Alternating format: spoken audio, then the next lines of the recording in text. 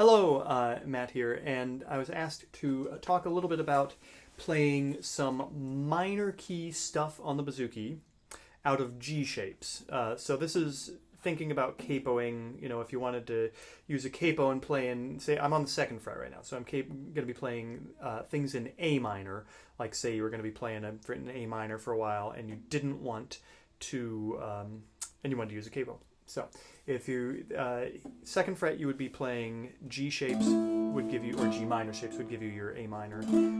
Other useful ones, if you put it way up at the 7th fret, you get some cool D minor out of the key of G, and then you get your weird. If you get stuck like doing a B flat or any of the flat keys, you can capo accordingly.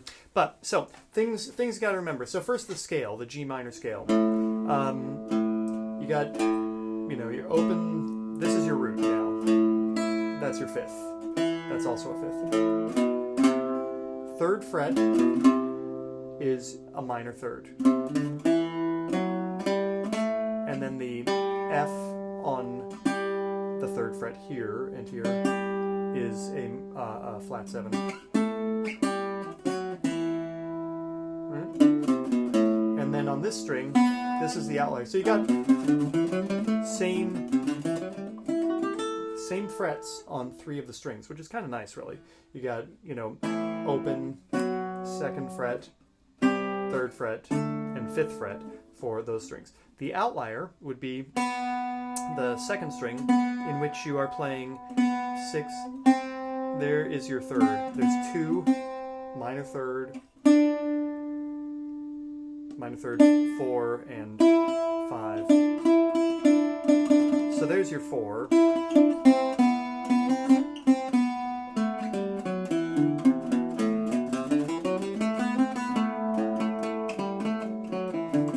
So the first thing is just kind of getting familiar with all those notes, remembering where your minor thirds are here and here.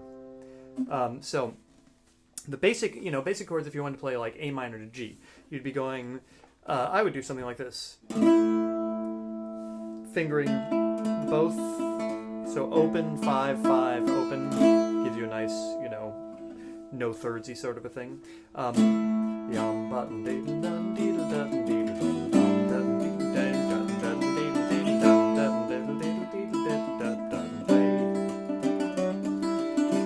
So that's just moving this up and down.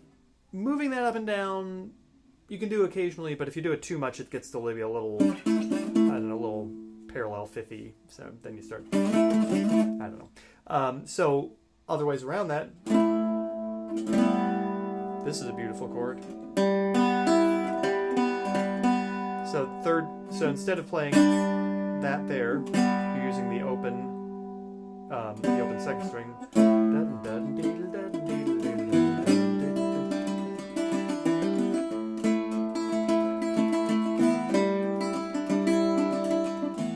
Nice bit of decoration you can do if you're here. Now bear in mind, I'm kind of letting that ring, that low one, because it's the root of the key we're in.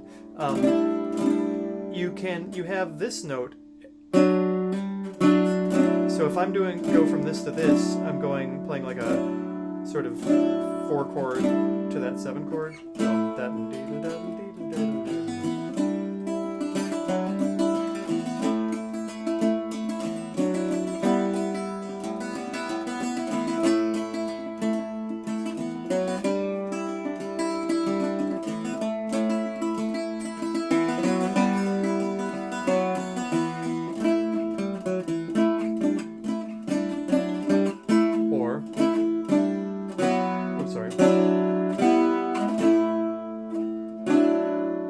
So that's 2 and 3, 3-0. Okay, so that, right there you can get away with an awful lot. If you want to start involving some notes on the low string, one nice progression you can do. This is the 3rd. This is the 2nd. You can't go. You don't have anything lower than that. So if I wanted to do like a minor 1. So I'm fingering these guys with 3 and 4, and then put the 1st finger down, right? and then you can slide, then you can kind of move that down to where, or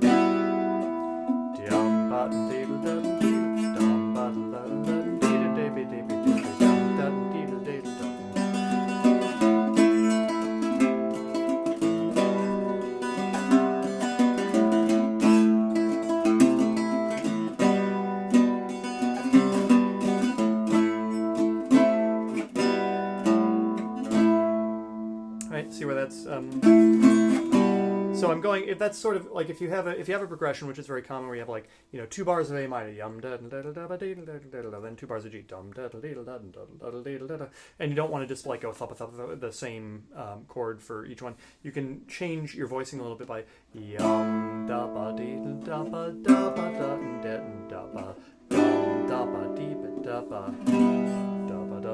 so because I can't go I don't have that note. I'm sort of doing something up at the top by lifting off the 3rd fret. Can you see okay?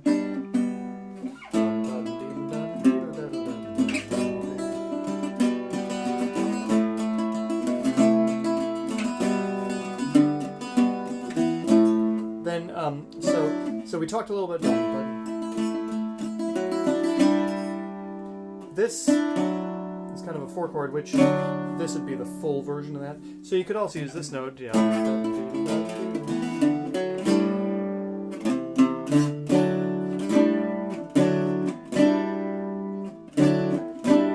kind of get around.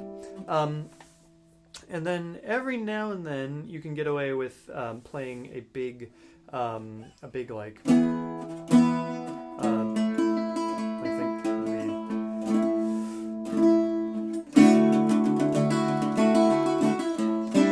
Play a big 4 chord sometimes as a substitute for the 1 chord. So yum but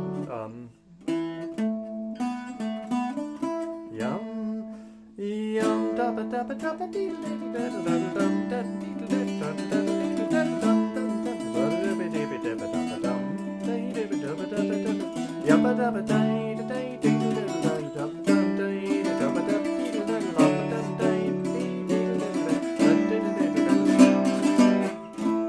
see what I did there? I used the 4 chord. You're fingering a C in this capo position. I've been avoiding those calling it that, but it's a D chord in the key of A minor. It's a C chord in the key of G minor. If you finger that sometimes against that 1 chord, particularly in A minor, sometimes that can work as a substitution. You just have to trust your ears. If it doesn't work, then it will sound bad. But only you can be the judge of that. Okay, so I think that hopefully gives you a few ideas of what you can do. Basically, you got that scale going. Know where your 3rds are. Know where your 7s are. Know where your roots are. Right? And then just kind of keep the I do find it very helpful to think in terms of numbers rather than chords, because if you're capoing, then it starts to, you can confuse yourself. Like I could just confuse myself trying to give you the name of that chord. It's the 4 chord, but like I was like, oh wait, I'm in the key of, yeah. So if you just think of the numbers, if you're using a capo, that makes life a lot easier for yourself, I think. So hopefully that is helpful. If you have any questions or comments, please let me know in the comments down below. And thank you very much for watching, and enjoy your bouzoukiing. Thank you to Shannon for having me as special guest video maker, and hope you guys are doing well. Take care.